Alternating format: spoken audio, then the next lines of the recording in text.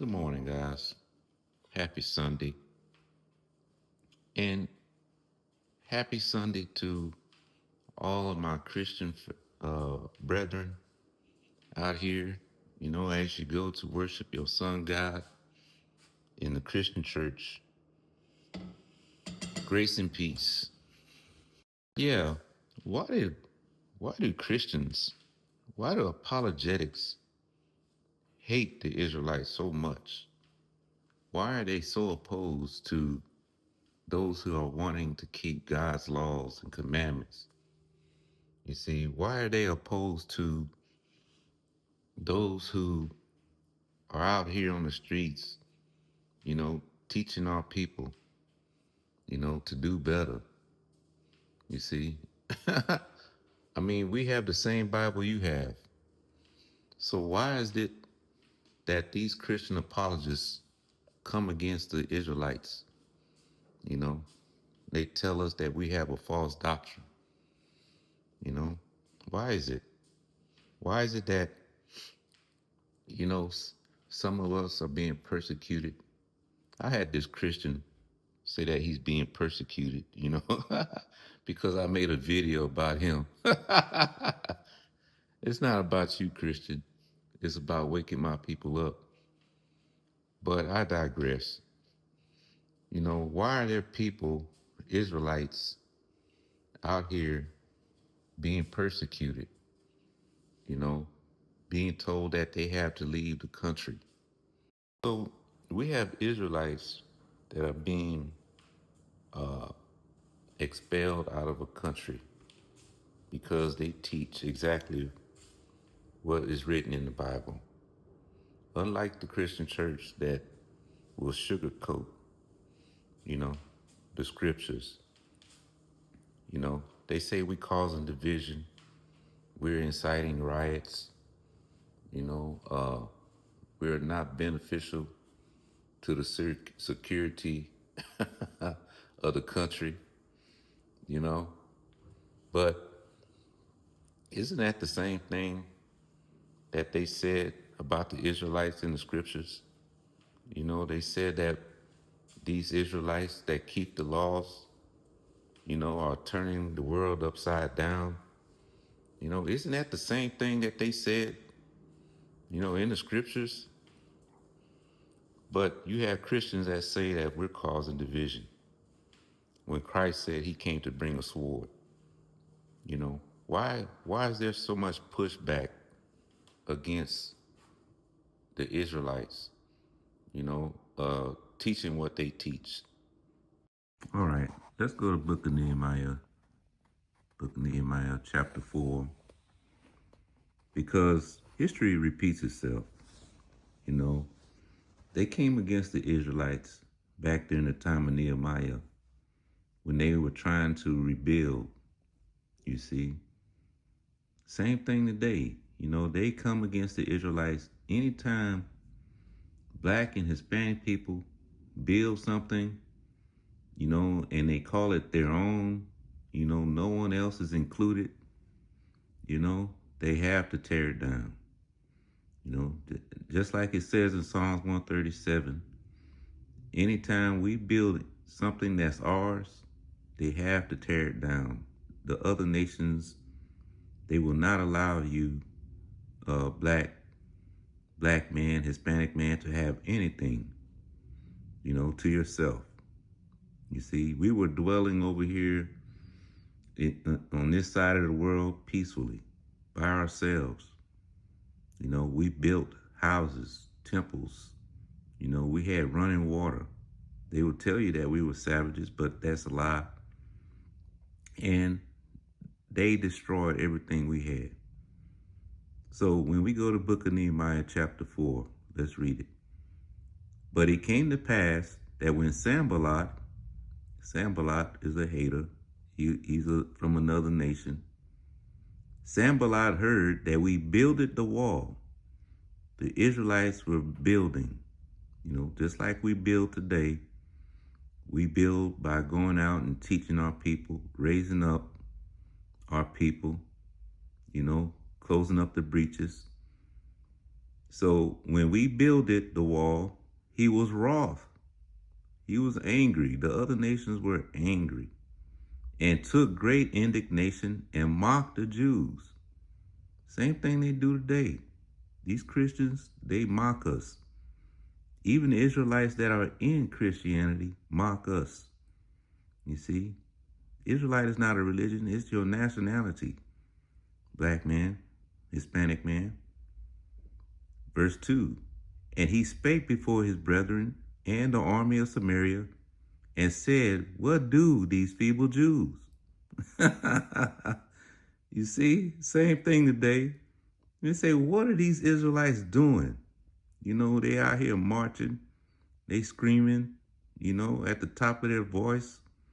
You know, what do these feeble Jews? Will they fortify themselves? Will they rebuild? You know, will they raise up their people? Will they sacrifice?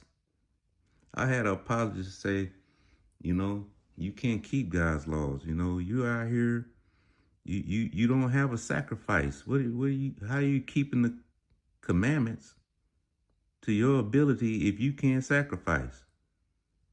Just dumb, just stupid. I mean, you never heard of the Messiah?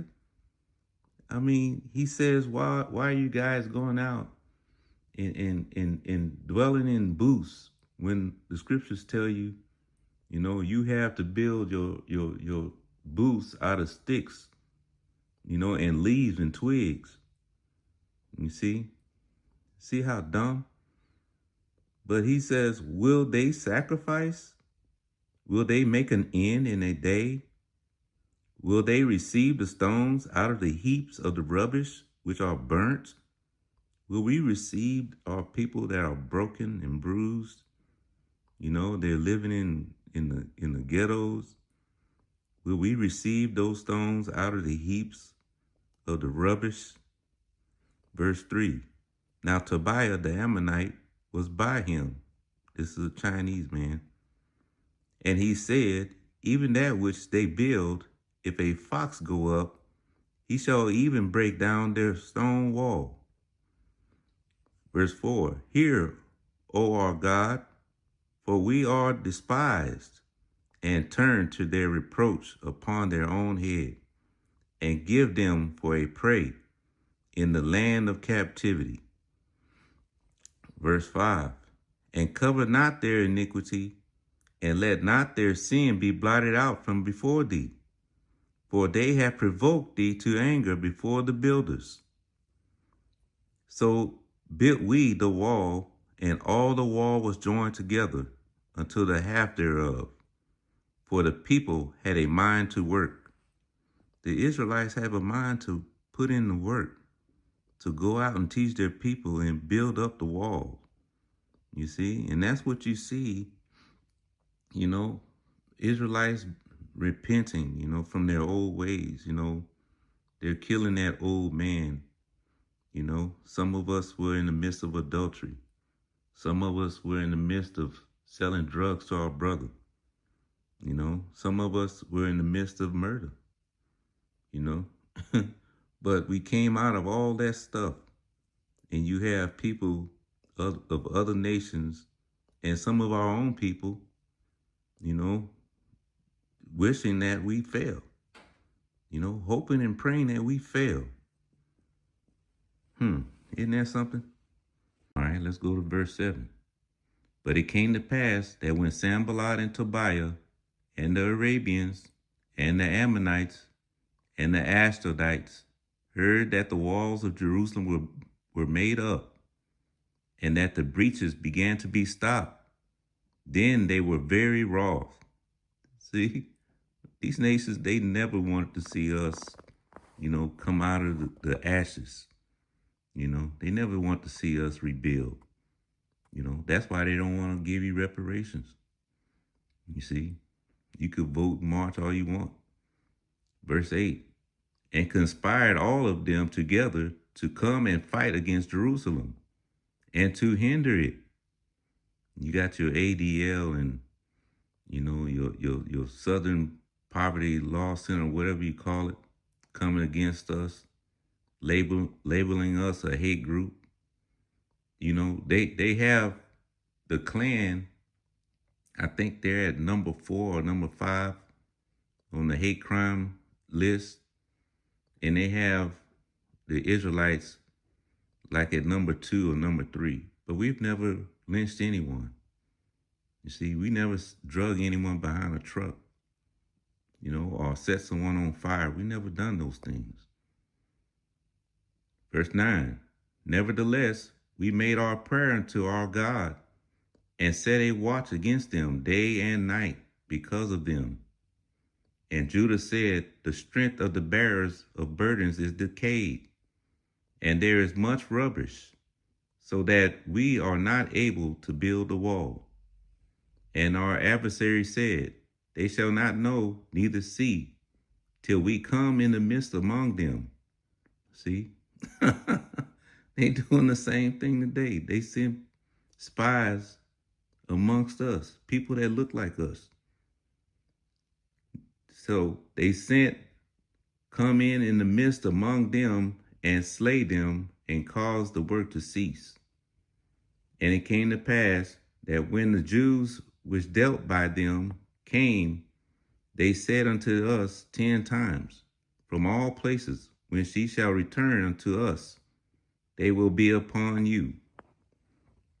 Therefore said I, in the lower places behind the wall, and on the higher places, I even set the people after their families with their swords, their spears, and their bows. So they had to set up watch, even while they were building the temple to God. Verse 14, and I looked and rose up and said unto the nobles and to the rulers and to the rest of the people, be not ye afraid of them. Remember the Lord, which is great and terrible, and fight for your brethren, your sons and your daughters, your wives and your houses. And it came to pass, when our enemies heard that it was known unto us, and God had brought their counsel to naught, that we return all of us to the wall, every one unto his work. See, God is going to fight for us. He's going to turn all these haters, all their counsel is going to be brought to naught. It might seem like they're successful, for a while, but in the end, it's going to all fall down, And all you brothers in the Christian church, you Hispanic people, Native Americans in the Christian church, siding against us with your oppressor, you're going to fall with it. You're going to fall into your own trap. Verse 16, and it came to pass from that time forth that the half of my servants wrought in the work, and the other half of them held both spears and shields and the bows and the habergeons, and the rulers were behind all the house of Judah. They which builded on the wall, and they that bear burdens, with those that laid it, every one with his hands wrought in the work, and with the other hand held a weapon. Just think about it. You trying to build a temple to your God. You trying to build up the walls. You trying to raise up your people, out of the ruins, out of the heaps. And you have people coming against you, to the point where you have to set up guards and watch, It's crazy. But we have the same Bible. Verse 18, for the builders, everyone had his sword girded by his side, and so builded. And he that sounded the trumpet was by me. Verse 19, and I said unto the nobles, and to the rulers, and to the rest of the people, the work is great and large, and we are separated upon the wall, one far from another.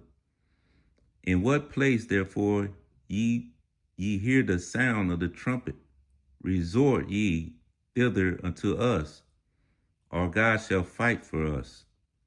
So we labored in the work, and half of them held the spears from the rising of the morning till the stars appeared. Likewise, at the same time said I unto the people, let every one with his servant lodge within Jerusalem, that in the night they may be a guard unto us, and labor on the day. Verse 23. So neither I nor my brethren or my servants, nor the men of the guard which followed me, none of us put off our clothes, saving that everyone put them off for washing. So they couldn't even take off their clothes at night, for fear that these other nations were going to come against them. It's the same thing today. We are constantly, on alert because we know that the devil is wroth, you know. As it says in Revelations 12, the devil is wroth. And at any moment, they're going to come against us. You see, we're being prepared mentally, for what's to come. Jacob's trouble. So this Bible is a living book because when we read it, we could see things that happened in the past, and it's relatable to what's going on today in the future. You see? So this is our history book. This is what our forefathers had to deal with in the past, you know, and we're going through it today. As it says in Romans 15:4, these things were written for our learning, that we might have hope in the last days. You see? So I pray that this was edifying to you, you know. Happy Sunday. Uh, Shalom.